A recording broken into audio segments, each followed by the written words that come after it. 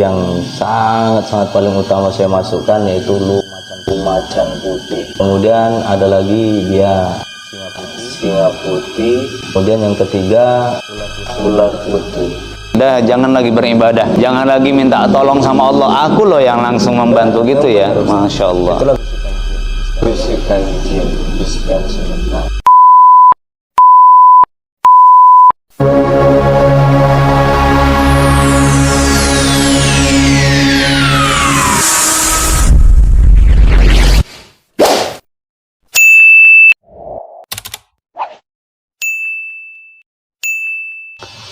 Bismillahirrahmanirrahim. Assalamualaikum warahmatullahi wabarakatuh. Alhamdulillah, wassalatu wassalamu ala rasulillah wa ala alihi wa sahbihi wa mawala. Rabbi syrah li sadri wa yassir li amri wahlul uqdatam min lisani yafqahu qawli amma ba'd. Bersyukur kepada Allah atas semua anugerah dan karunia berupa nikmat yang begitu luas yang telah diberikan oleh Allah kepada kita. Salawat dan salam, mari sama-sama terus kita memperbanyak salawat kepada Nabi kita Muhammad Rasulullah sallallahu alaihi wasallam. Semoga di hari kiamat kelak kita berhak mendapatkan syafaat dari beliau. Amin, amin, ya rabbal alamin. Teman-teman Ruqyah Syar'iyah Simalungun yang dirahmati Allah. Di sini kita akan berbincang-bincang tentang hal-hal yang berkenaan dengan gangguan jin ataupun sihir, di mana pada kesempatan kita kali ini kita telah menghadirkan salah seorang narasumber kita, yaitu Bang Fadli, ya Bang ya. Assalamualaikum Bang. Waalaikumsalam warahmatullahi wabarakatuh. Waalaikumsalam warahmatullahi. Jadi di sini nanti kita akan mengungkap sekaligus membongkar tentang apa ya, efek buruk dari sihir yang sengaja dimasukkan ke dalam tubuh.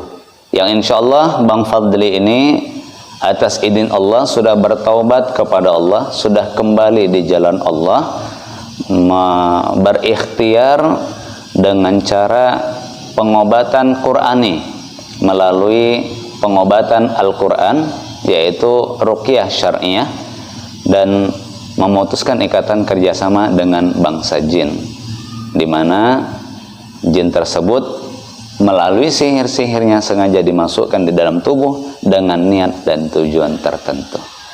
Kita langsung saja kita tanyakan kepada narasumbernya.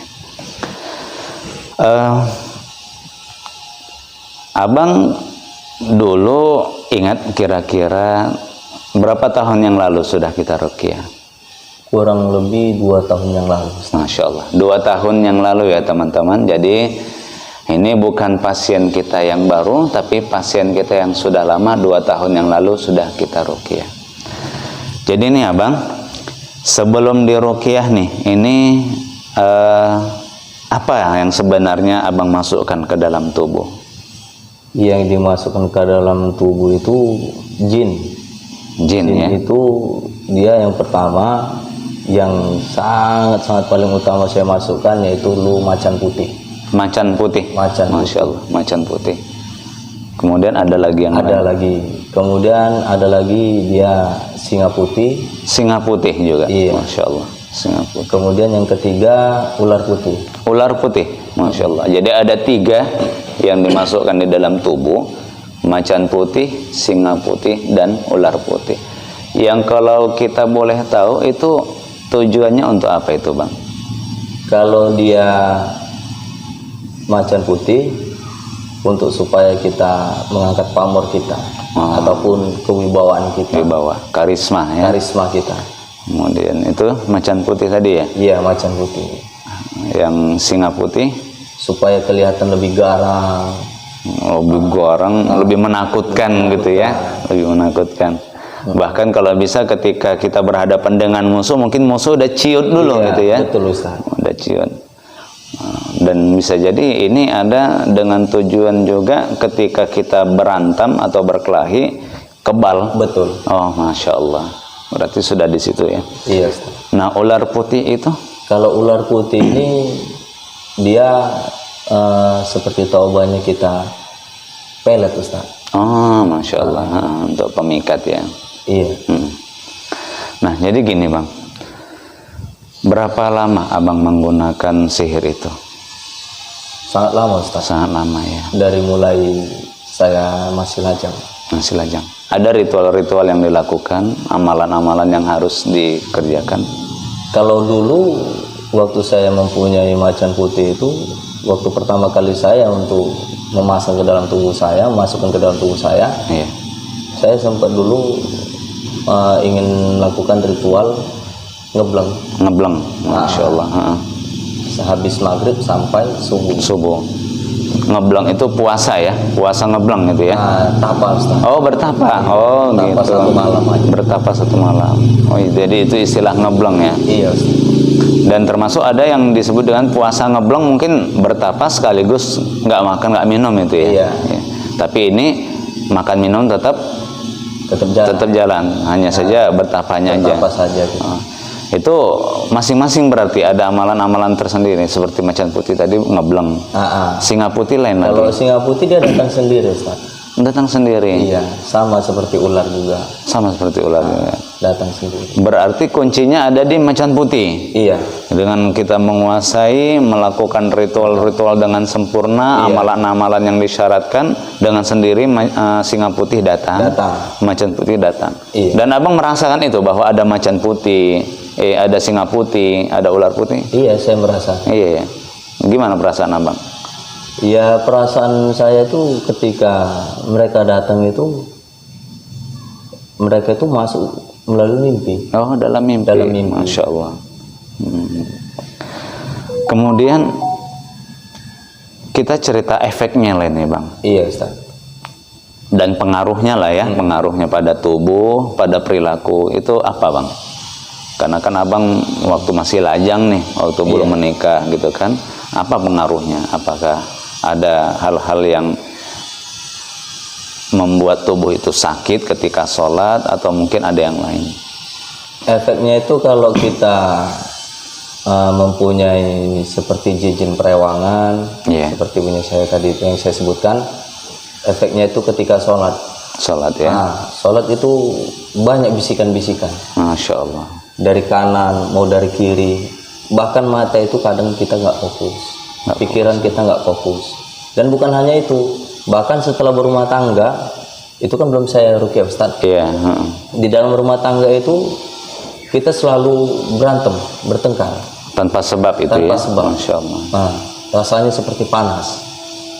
Bahkan anak sering sakit. Sering sakit-sakitan karena itu. Dan itu bukan karena medis ya? Bukan. Kalau medis kan sakit-sakitan ada sebab ya, bisa jadi entah karena step, atau mungkin ada malaria gitu ya. Jadi bisikan apa waktu Abang mau sholat itu? Kanan ada bisikan, kiri ada bisikan. Kalau boleh tahu apa yang terdengar bisikan itu Bang? Banyak Ustadz. Banyak ya? Banyak. Dia itu nggak hanya udah jangan kerjakan, bukan hanya itu aja. Banyak. Bahkan dia ada mengatakan, aku kan udah ikut kau, nggak pala lagi kerjakan seperti itu dia katakan Ustaz. Berarti ada upaya dari jin tadi itu yang sengaja kita bekerja sama dengan mereka, mempengaruhi, udah jangan lagi beribadah, gitu ya, jangan lagi minta tolong sama Allah, aku loh yang langsung membantu gitu ya. Masya Allah. Itulah bisikan jin, bisikan setan. Jadi bisa jadi pada saat itu Abang sholat pun tertinggal atau sama sekali? Bukan hanya tertinggal Ustaz, bahkan sama sekali tidak dikerjakan. Sama sekali ya? Sama sekali. Ada nggak kira-kira jantung itu berdebar waktu sholat? Nafas sesak? Kalau itu pening. Sering Ustaz, sesak. Bahkan dengar suara ngaji-ngaji di handphone. Iya. Itu rasanya saya itu seperti ada mau muntah. Masya Allah. Sesak di dada. Seperti itu loh Ustaz. Sampai seperti itunya ya. Padahal kalau kondisi normal, ada bacaan ayat-ayat apapun dari handphone, dari suara orang, ya kita biasa aja gitu ya. Masya Allah. Jadi ini kan abang sudah kita ruqyah 2 tahun yang lalu, kan gitu ya. Nah ini dorongan apa yang membuat abang ini kemudian hijrah, kemudian bertaubat kepada Allah, memutuskan ikatan kontrak kerjasama dengan jin yang dulu pernah digunakan dengan niat dan tujuan tertentu? Ada dorongan apa gitu? Ada. Yang pertama, saya pernah mendengar suatu hadis dari Rasulullah. Apabila kita mempunyai kontrak dengan jin, kita mempunyai kerjasama dengan jin, maka sholat kita, ibadah kita, sedekah, puasa, semua tidak akan diterima oleh Allah. Masya Allah. Itulah yang saya putuskan untuk melepaskan hubungan kontrak dengan jin. Dan ini abang dari hadis itu abang melihat sendiri atau mendengar langsung gitu ya? Mendengar ya.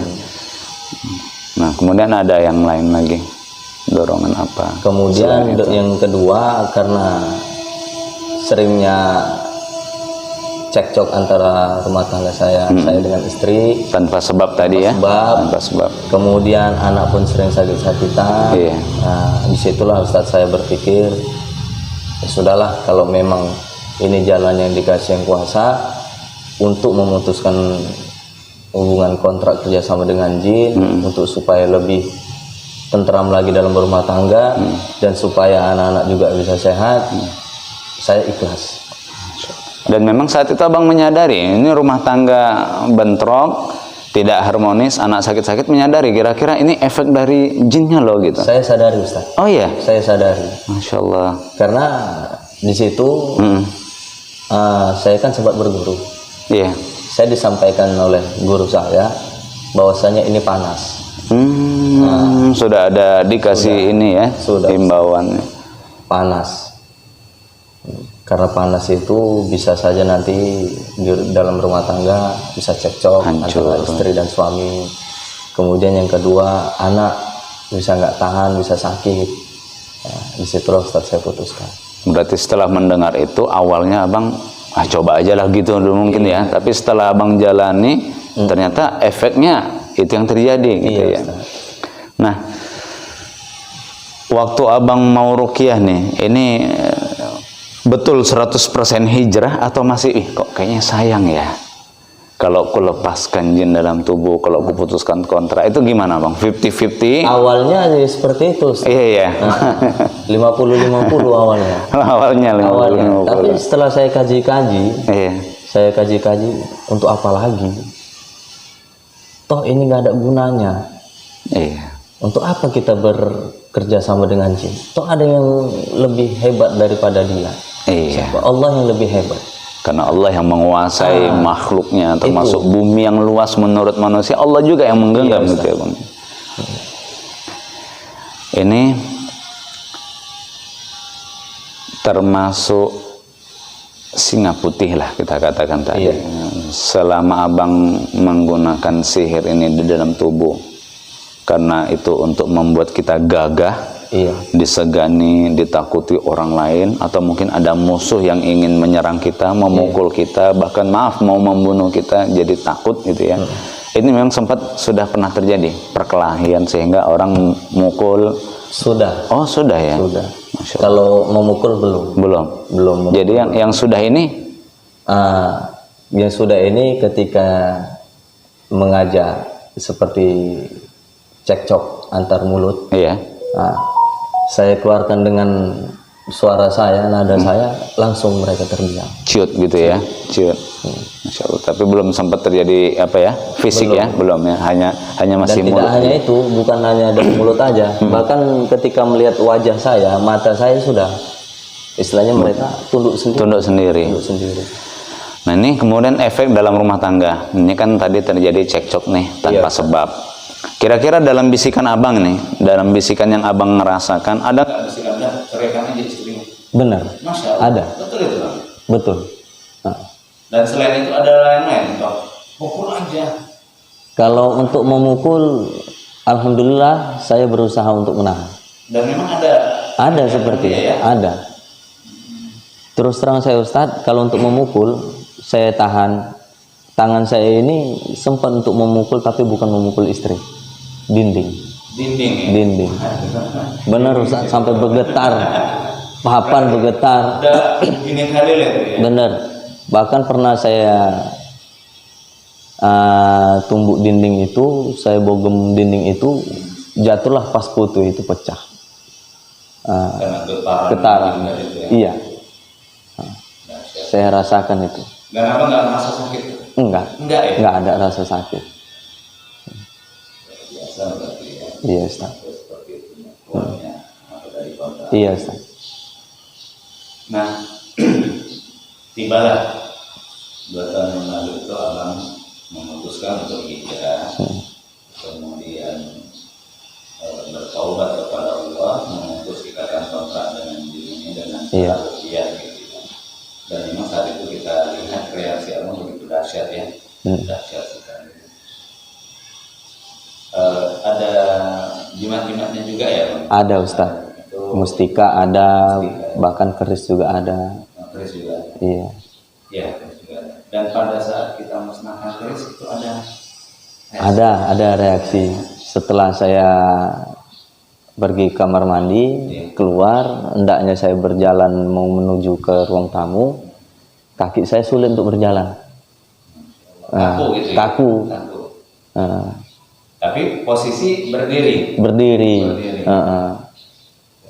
Rasanya itu berat untuk langkah. Ini dampak baiknya, efek baik ini kabar gembira ya teman-teman. Alhamdulillah Bang Fadli sudah bertaubat kepada Allah, kembali di jalan Allah, dan sekarang usahanya dari usahanya sendiri ya Bang ya. Iya Ustaz. Usaha dari diri sendiri diiringi dengan tawakal dan doa. Nah ini kalau boleh tahu kabar gembira ini sampaikan kepada teman-teman, apa efek baiknya pada tubuh setelah rupiah? Efek baiknya itu kita yang pertama lebih tenang, kita beribadah lebih tenang, lebih nyaman. Di dalam rumah tangga pun alhamdulillah tidak ada lagi cekcok antara suami dan istri. Anak pun alhamdulillah saat ini sehat. Tak mudah sakit. Iya. Alhamdulillah. Jadi teman-teman yang dirahmati Allah, mari kita lihat di dalam Al-Quran surah An-Nahl ayat 99. Allah Subhanahu wa taala berfirman, A'udzu billahi minasyaitonir rajim. Innahu laisa lahu sultan 'alal ladzina amanu wa 'ala rabbihim yatawakkalun. Allah menjelaskan di dalam ayat tersebut, sesungguhnya syaitan itu tidak memiliki kekuatan, tidak memiliki kekuasaan, tidak bisa menguasai manusia. 'Alal ladzina amanu, atas orang-orang yang beriman kepadanya. Wa 'ala rabbihim yatawakkalun. Begitu juga kita sudah beriman kepada Allah, ditambah kita benar-benar bertawakal kepada Allah. Insyaallah bagi kita yang menjalani prosesi ruqyah syar'iyyah pengobatan Qur'ani, selama keimanan kita kuat kepada Allah dan tawakal kita benar-benar sepenuhnya kepada Allah, doa kita dan merasa yakin doa akan dikabulkan oleh Allah, insyaallah Allah akan memberikan kuasa dengan melalui Al-Quran. Allah akan memberikan syifa, obat, sehingga kita bisa terlepas dan terputus dari ikatan kontrak bersama dia, apapun dia jenis gangguan. Insyaallah mudah-mudahan pertemuan kita ini diberkahi oleh Allah Subhanahu wa taala. Teman-teman Ruqyah Syar'iyyah Sunnah yang dirahmati Allah, inilah wawancara kita bersama salah seorang pasien yang 2 tahun yang lalu sudah kita ruqyah, yang atas izin Allah dengan kesadaran dari diri sendiri mengqadhi, bertaubat, berhijrah dan kembali ke jalan Allah Subhanahu wa taala. Kita doakan semoga Bang Fadli menjadi hamba yang diterima setiap amal kebaikannya. Amin. Dan tetap terus istiqomah dalam hijrahnya. Amin. Amin. Dan untuk teman-teman yang dirahmati Allah, ingat Al-Quran adalah obat yang langsung diturunkan oleh Allah Subhanahu wa taala. Jadi jangan ada keraguan bahwa Al-Qur'an bisa menyembuhkan, tidak ya. Iya. Ya Bang, yakin. Betul. Karena pengobatan langit itu adalah Al-Qur'an. Jaminannya langsung dari Allah Subhanahu wa taala. Wa nunazzilu minal Qur'ani ma huwa shifaa. Dan diturunkan Al-Qur'an itu sebagai sifat, sebagai obat, sebagai penenang. Mudah-mudahan pertemuan kita ini diberkahi oleh Allah Subhanahu wa taala dan diberi ilmu yang bermanfaat sehingga kita bisa menjalankan semua aktivitas dan amal ibadah kita sesuai dengan ilmu dan diterima pula pahala, dijadikan berlipat ganda serta diberkahi oleh Allah Subhanahu wa taala. Amin. Amin ya rabbal alamin. Kami tutup billahi taufiq wal hidayah. Wassalamualaikum warahmatullahi wabarakatuh. Waalaikumsalam.